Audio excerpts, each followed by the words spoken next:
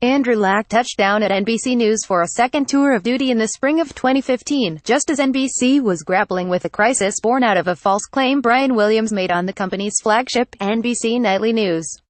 Now Lack finds himself in another precarious moment. As the overseer of both NBC News and MSNBC, Lack must quickly hit upon a new direction for NBC's Venerable Today show, arguably the linchpin of the news division, now that veteran anchor Matt Lauer has been fired for what NBC called inappropriate UAL behavior. And he must do so amid recent scrutiny that has been paid to NBC News in the wake of a decision to allow Ronan Farrow, a recent contributor to Today, to take a bombshell report about UAL harassment by mogul Harvey Weinstein to The New Yorker after starting it under the aegis of NBC News. Lack has guided NBC News through tumult in the past. When he was named president of NBC News in 1993, the unit had suffered a black eye in the form of a Dateline broadcast in which producers admitted to rigging a pickup truck to catch fire as part of a report on General Motors trucks. GM in turn sued NBC for defamation. But the Lauer case is a different matter entirely. While it's not about journalism per se, it has the potential to impugn the news unit's standing. More allegations are likely to surface, and viewers who, today, caught unaware Wednesday when anchors Savannah Guthrie and Hoda Kotb announced his termination in the opening moments of the program, are certain to wonder what happened to the news personality who has greeted them for more than 2 decades each morning on NBC. NBC News has avoided airing blockbuster stories about famous men harassing women.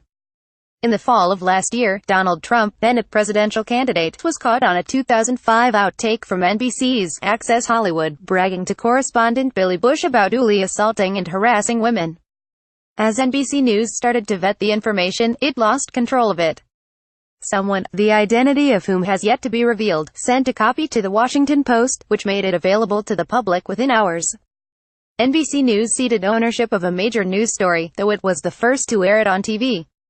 "My gut would have been to put that story on the air as soon as possible," said Jeff Zucker, president of CNN Worldwide and the former CEO of NBCU, speaking about the incident a few days after it happened. And Lack faces the bizarre as well. President Trump in a tweet issued Wednesday morning suggested executives at Comcast and NBC News should be fired for putting out so much fake news. Trump also urged people to check out Andy Lack's past. Trump hurled invective at MSNBC President Phil Griffin and the cable news outlet's morning host Joe Scarborough. NBC News declined to make executives available for comment. Lack strikes a colorful figure in the news business, often enthusiastic, always willing to try a new idea that bears no small degree of risk. Brian Williams' career has rebounded since Lack put him in place in a well-regarded 11 p.m. news hour on MSNBC. It's Lack who lured former Fox News Channel anchor Megyn Kelly to NBC for a salary reported to be worth $17 million a year and quickly outfitted her with a 9 a.m. morning show that is very different from the third hour of Today, to which many viewers were accustomed.